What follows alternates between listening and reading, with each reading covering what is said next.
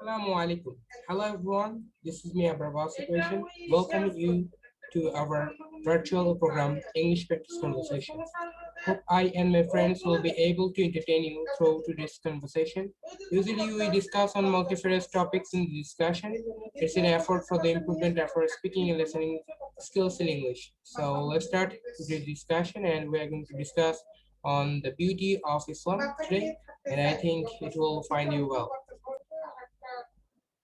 And moreover, I would like to say that Islam is very important for everyone, and we're going to discuss on it.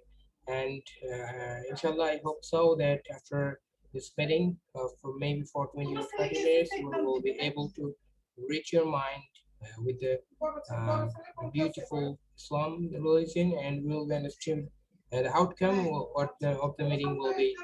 We will understand about the importance of our religion, Islam, and inshallah I think we'll be inspired and motivated by ourselves to have a very nice concept of Islam and also earn the proper knowledge of Islam.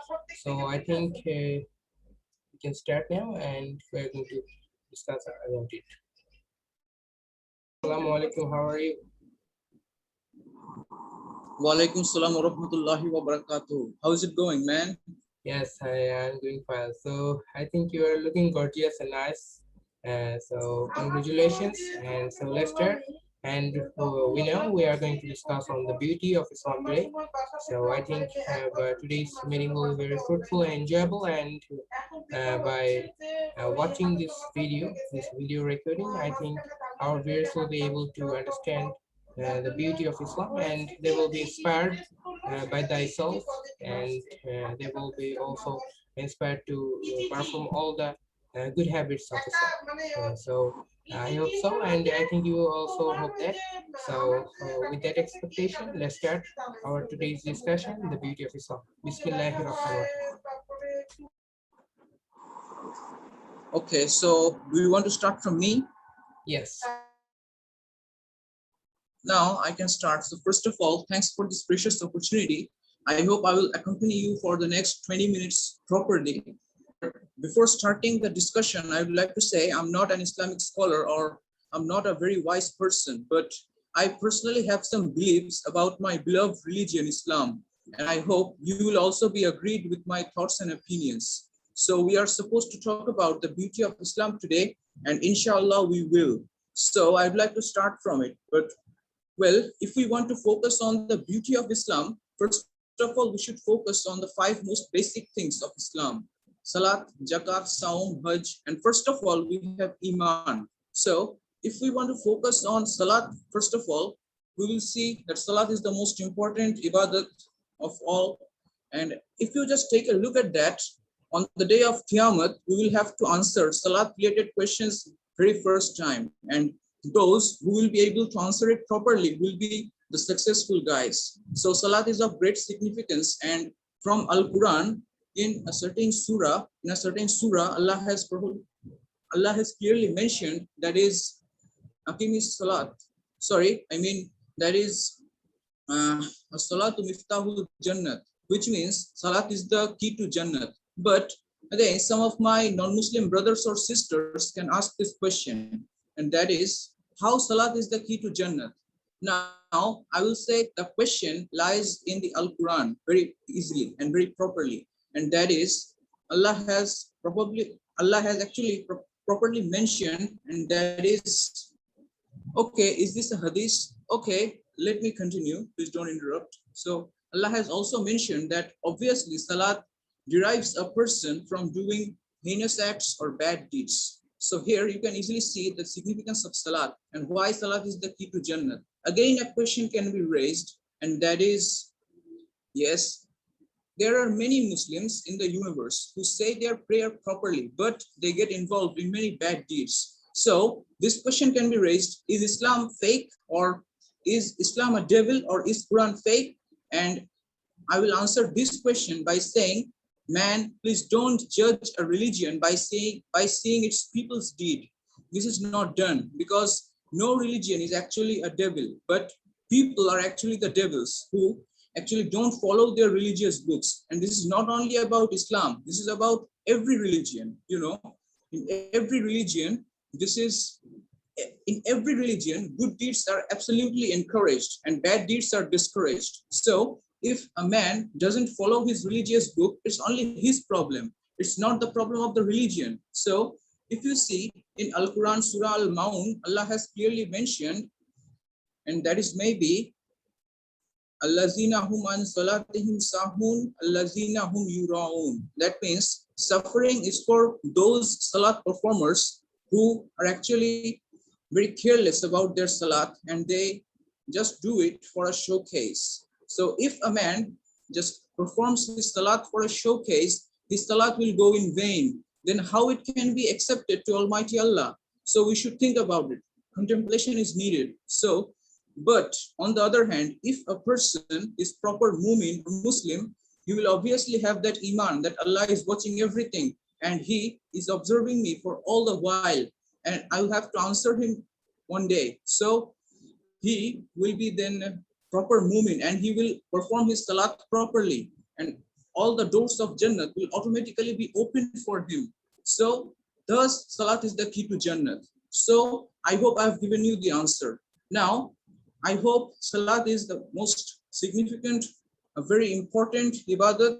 Now let's move on to saum. This is also a very significant ibadat, one of the basic things. And here, I think I have mentioned the physical and mental benefits of fasting just a few days before the Ramadan month in my certain lecture. Now, I won't say it in details, but I'd like to say some more benefits. And that is, while fasting, rich men can be aware of the suffering of the poor people, exactly how these poor people are suffering from starvation. Then they can be compassionate towards the poor people. They can raise their helping hands towards them. So thus, a brotherhood can be established. Again, if you take a look at zakat, this is also a very wonderful management of Allah. You can see when a person is paying his zakat, he is getting blessed by Almighty Allah. Allah just bestows his mercy and blessings on that rich man's wealth, and poor people are actually benefited by that rich man's wealth. And thus, the difference between the poor and rich people is also decreasing. And therefore, the society is getting better and better. And this is the best way, this is actually the best way to make a society an ideal society. So this is a very nice management of Allah. And he has clearly mentioned in Al-Quran, that is, وَأَقِمِ الصَّلَاةَ وَآتُوا الزَّكَاةَ. That means you establish salat and pay zakat properly. So this is mentioned in many places of Al-Quran, and we must obey it.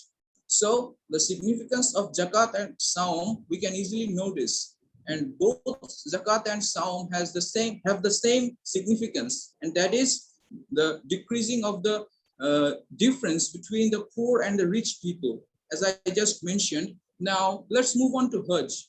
Hajj is the meeting of the Muslims living everywhere of the universe, and there all the Muslims get the opportunity to meet each other, and they get the opportunity to meet each other and share each other's feelings. They all wear the same white dress and they all do the same deed in Hajj. They also get the opportunity to get introduced to each other and each other's countries, cultures. Thus, not only Islamic brotherhood, but also international brotherhood can be created. The relationship among the countries of the universe can be developed. So here you can see a massive significance of Hajj. So if you just notice these 5 basic things of Islam, you can easily find out the beauty of Islam. Again, if you put focus on other things, I mean, in Al-Quran, many things are encouraged. Again, some things are discouraged, which are known as haram. So many scientists have contemplated and they have researched Al-Quran properly and very cleverly. And they have found that all the encouraged things that are in Al-Quran are actually, they have some scientific benefits. Again, those things which are discouraged in Al-Quran have some negative impacts according to medical science. So you can easily see that there are some merits and demerits of this. And I mean, the people can easily understand the fact, and that is, Islam is such a beautiful religion. And after this lecture, there can be no doubt about the fact. Now let's move on to another one. Our Prophet, Hazrat Muhammad Mustafa Sallallahu Alaihi Wasallam, he was a very encouraging guy, a very motivational guy, and he used to preach Islam very nicely, and he is our role model throughout our life, and he will be it throughout our life. And many people of other religion, they got very motivation from him, and they got uh, con- converted into Islam, obviously. But our Prophet has clearly mentioned, and that is every people will easily do his religious activities independently. Nobody will interrupt this. Sorry. I think my phone has something wrong. Now I can continue. Hmm. He has just easily mentioned, and that is every people has the right of doing his religious work, and nobody will interrupt in this case. He has also said that yes, if anyone is actually motivated by the beauty of Islam, he can easily convert into Islam, and the door will be wide open for him, and we will embrace him if he embraces Islam. Well, he has clearly mentioned that, and by seeing his amazing ability to preach Islam, coupled with the beauty of Islam, many people got attracted and they got converted into Islam. And this is happening right now too. Now you can see there are many Islamic scholars, just like Dr. Zakir Naik, again, Mizanur Rahman Azhari, and many other people. And by them, many non-Muslims are getting converted into Islam. And this is really nice. You can see if this trend goes on, by 2050, the rate of Muslims will be equal to the rate of Christians right now, who are the current ruling party. So one day Islam will be dominating in the whole world. It will be triumphing. But in Islam is actually the religion of resiliency. Here, nobody can attack anybody without any reason. If any of our enemy attacks us, then we can easily protest against it by our power, by our the power of Iman, and also our jihad we can do against our enemy. But we must not attack them without any reason. This is also clearly mentioned in Islam. So you can easily feel the beauty of Islam. And seeing this, many people are getting converted into Islam. So you can easily feel it. I hope you will be also agreed with my thoughts and opinions. So thanks for giving this precious opportunity yet again. I hope I have not disappointed you, and I'm going back to you. Okay, so thanks very much for your extraordinary speech, and it's really mind-blowing, I must say, that all the points that you have just picked up, and in your speech we have come to know about the benefits and the merits and demerits that you've said. It's really extraordinary, and I must say I have to praise this, because the praiseworthy works should be praised and admired. So, and I would like to add that if we can convert the non-Muslims as Muslim, we will also get the blessings from the Almighty Allah, and Allah might help us to do that. And Almighty Allah, He have said that these Muslims have a very special quality, and the Almighty Allah have already declared that this Muslim regions will be also healthy and wealthy. And suppose you can say about the Middle Eastern countries, like Middle Eastern countries, the Arab countries, they have a very rich health resources, natural resources. They have like oils, petroleum, and other things. And you can also see about Bangladesh or Indian region. The most of the people of India, they are Hinduism, but some people, they are also Muslim.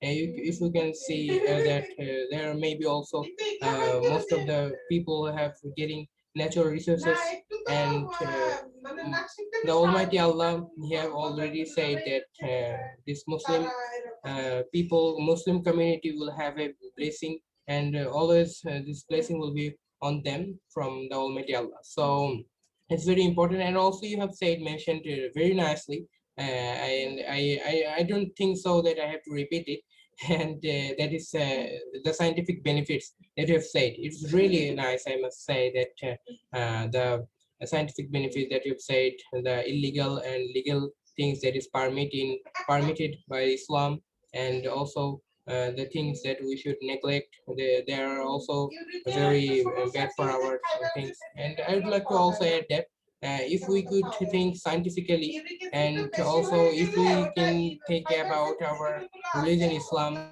and if we maintain in the Al Quran direction properly, I think we can get all the other mysterious things that is we are searching. Our scientists and researchers are still searching now. I think, inshallah, we will be able to discover and invent other mysterious things, scientific mysterious things that is still we don't know about, like the universe, like about our art, and like also about our other scientific elements that we still it is not invented by our scientists. So it's also scientific religion that most of the scholars say. So there's nothing there's nothing not to say about this. So I think we can proceed now. And so in the next part, I'd like to ask you that this beauty of Islam, we know that it's very important, but many people suffer. So we must stand by them, like the Palestinians. They are suffering, and but we know a ceasefire is going now in Israel and Palestine. That reason. So during this ceasefire, still there is attack, and also some fighting in the Mosque Aqsa. So one of the holy places of the earth, Mosque Aqsa, Aqsa. So how can we protect our Muslims, and the Muslims, how can they be blessed by the Almighty Allah, and how what to do to get blessed from the Almighty Allah? Okay, so that was a really nice question. The clash between the Israel and also Palestine in Masjidul Aqsa, which is very bad. The Israelis are now torturing the Muslims very badly. But recently we have seen that the war has a certain break. I mean, the war has a breakup for a while. But now we can easily see there was actually a strike where there was an attack from Israelis, and that was really bad. And now you have asked me a question, and that is, how can we get rid of that? How can we protest against it? I'd like to answer this question first, and that is, yes, obviously we must protest against them physically. I mean, those who can be physically present there. I mean, the Palestinians who are physically present there, they must try to protest against it physically, because this is the strongest point of Iman, that is jihad. Again, if he is unable to do it, he will just hate this work mentally. Again, if he is still unable to do that, he will just, I mean, if he is unable to do that, he will try to make those people correct. I mean, he will try to make those people correct by his inspiring words. If he's unable to do that, then he can hate that heinous act from the core of his heart, and he will pray to Almighty Allah so that the Muslim Ummah can be free from this curse, from this attack of the Israelis. So thus they can just give the introduction of their Iman. And this is clearly mentioned by our Prophet Hazrat Muhammad Mustafa sallallahu alaihi wasallam. And that is, if anybody sees anything illegal, he will obviously protest against it physically. And if he is unable to do that, he will try to inspire that guy by his inspiring words. And if he is still unable to do that, he will hate that work from the core of his heart, and he will pray to Allah so that this curse can come to an end. So this is the biggest introduction of Iman, and we must do at least this if we can claim ourselves at least proper Muslims. I mean, we Bangladeshis, Pakistanis, and many other countries, Muslims, we cannot be physically present there. So we can hate that work mentally from the core of our heart, and we can pray to Almighty Allah so that he can punish all those culprits. Also, if he can give him hidayat, that can be really good. But if they don't deserve hidayat, I think they should be punished and they should be finished by Almighty Allah, because they have got the control of Israel, but those Jewish actually don't belong there. Actually, in the Second World War, I would like to add that information. In the Second World War, maybe 60,000 of the Jewish people were died, and they were in a miserable condition. Then it was the Muslim Empire which gave them shelter in Israel and said that we can give them shelter, and they can do it, as they don't have any other place to go to. So it was a mercy to them. But now they have betrayed us, and they have just gathered their troops, their forces, and now they have got very stronger. And the Arabic nations tried to get back the empire, get back the control over Israel, maybe two times, but they failed twice, because the Israelis were the victorious twice, and they are actually the troops, and they are culprits. They have also got the control over Baitullah, and this is very bad. This is Allah's house, but they have got the control, and there Muslims are not allowed to say their prayer properly, maybe with a few conditions. So this is really bad, and we must hate this work mentally from the core of our heart, as I mentioned before. Moreover, we can give hashtags on Facebook, as we are doing right now, to save Palestine from the torture of Israelis. So we must do this. And those Jewish must be finished, and we must pray to Almighty Allah for that. So I hope I have given you the answer. And again, if you have any other thing to ask, you can do.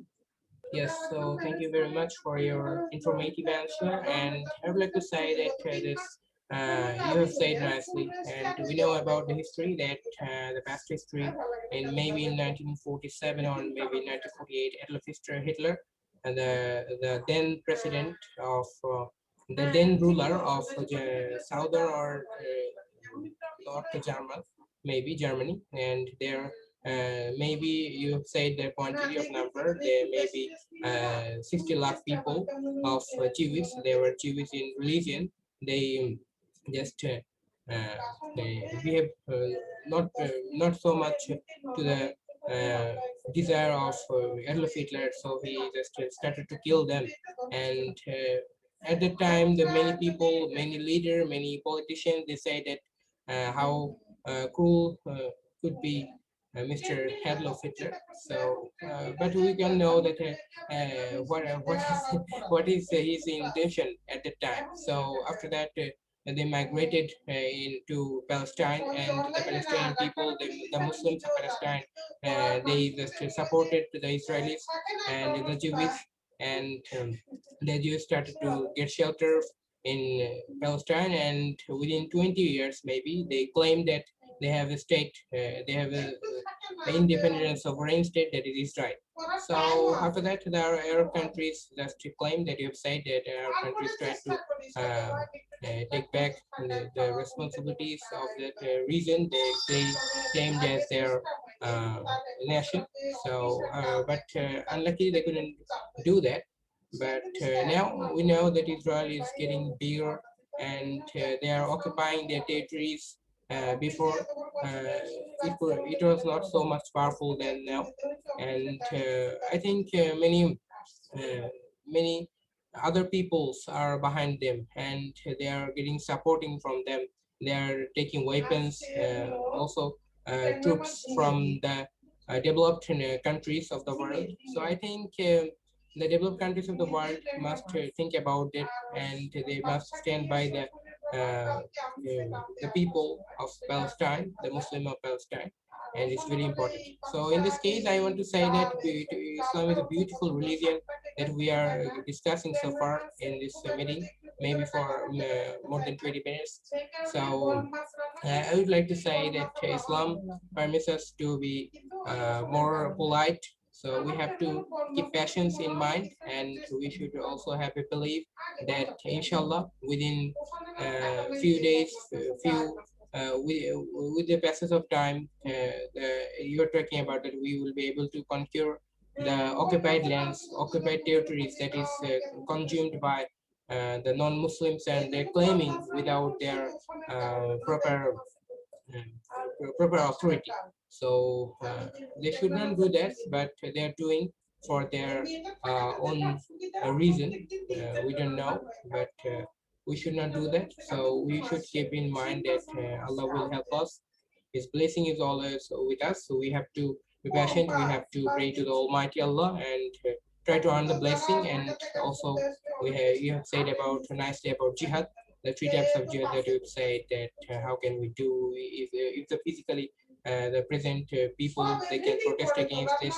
The people who are not really physically present there, they can um, protest this by their knowledge and mind that you've said nicely.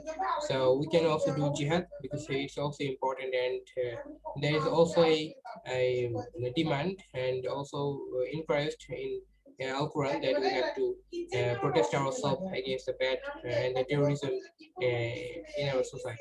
So thank you very much. So I think we will proceed now, and moreover, I want to say that this discussion is very important. And by this discussion, I would like to say that Islam is a beautiful religion. So let's proceed. So now, I have to say that this beautiful religion, how can we reach to the non-Muslims and other peoples, like some Muslims, they're also getting converted to other religion. Some people are not maintaining any kind of rules and regulations of Islam. They're just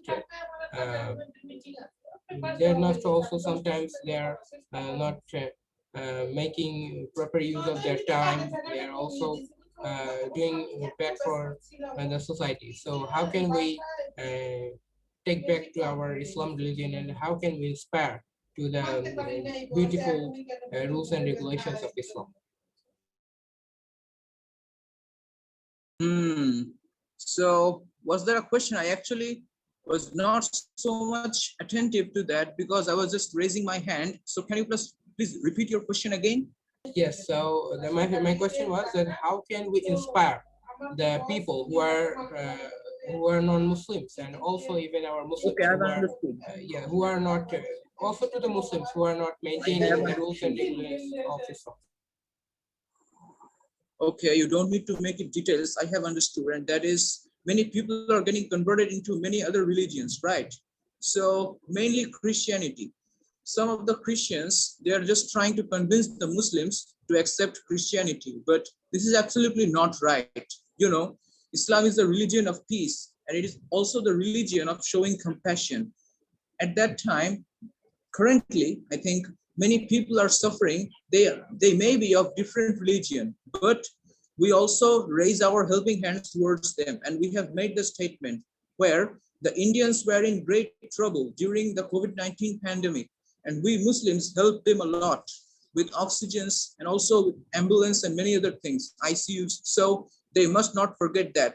So if a certain person can understand the beauty of Islam, he can never ever accept any other religion. Okay, Islam is the best and arguably such a wonderful religion, and we are proud to be Muslims. And we won't like to convert into any other religion, and we should try to inspire others not to leave Islam, because Islam needs the fighters who will fight for Islam in the period of Hazrat Isa alaihi wasallam, which is coming next. So Islam needs some fighters, some warriors, and for that reason, many people of other religions, they are getting attracted by Islam and they are accepting Islam. This is really nice. But those who are accepting other religions, my message to them, guys, please try to understand the exact beauty of Islam. Learn Quran, learn Hadith, and also our Prophet Hazrat Muhammad Mustafa sallallahu alaihi wasallam's Sunnah. Try to follow it. Try to follow Allah's orders. If you read Al Quran or Al Hadith properly, we can easily make them aware of the fact. And if they read Al Quran, Al Hadith properly, they can easily derive themselves from accepting other religions. Because if they explore Al Quran and Al Hadith, they can easily understand what is the beauty of Islam. So if anybody is attracted by the beauty of Islam, he can never ever betray his beloved religion, Islam. So this is the step we can make a person derived from accepting other religions. So we can also inspire them by our inspiring words and also logical speech, as I just spoken. So we can just inspire our those Muslim brothers or sisters by our logical speech or inspiring words, just like that. Thus, they can also understand the beauty of Islam, and they can come back to the path of Islam, come back to the path of peace, showing compassion. Then they can easily be proud of being a Muslim, as we are also.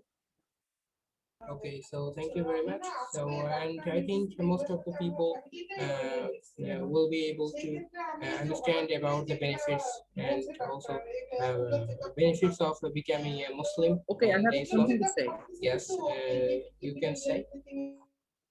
I think in this case, family is a big factor. You know, family is the biggest source, is the actually the first and the primary source of the moral education. It is the main source of moral education. If one person has a very good family, a very moral family, he can easily learn morality, moral education. Thus, he can easily understand the beauty of Islam and he can never ever leave Islam. So family will play a vital role here. So family must be good. Now back to you. Okay, so thank you for adding that point. And lots of points can be discussed here, but we have the shortage of time, so we have to finish. So, but I think this discussion is very enjoyable to both of us. How do you think about this, Gaurav? These sort of discussions are actually very much motivational and inspiring, and people around us can be inspired by our speech. And if at least one person who has lost his way, if he just gets inspired just a little bit, this will be great blessings for us. So this is just amazing. Arranging these kinds of conversations is simply outstanding and amazing, and it has just touched my heart. So your speech was also nice. So can we end now? Okay, so thank you. And as going there, so and moreover, I would like to say that please follow all the rules and regulations of Islam, and also disobey all the things that it's illegal according to Islam. So according to Islam, we have to follow and maintain our life, and also we should also have a proper reputation in ourselves. We should cultivate all the good habits and moral education that we have already said of our Prophet Sallallahu Alaihi Wasallam, and Allah might help us and we get the blessing. So thank you very much for giving time, Tura. So let's finish now, Tura. Assalamu alaikum. Yes, walaikum assalam.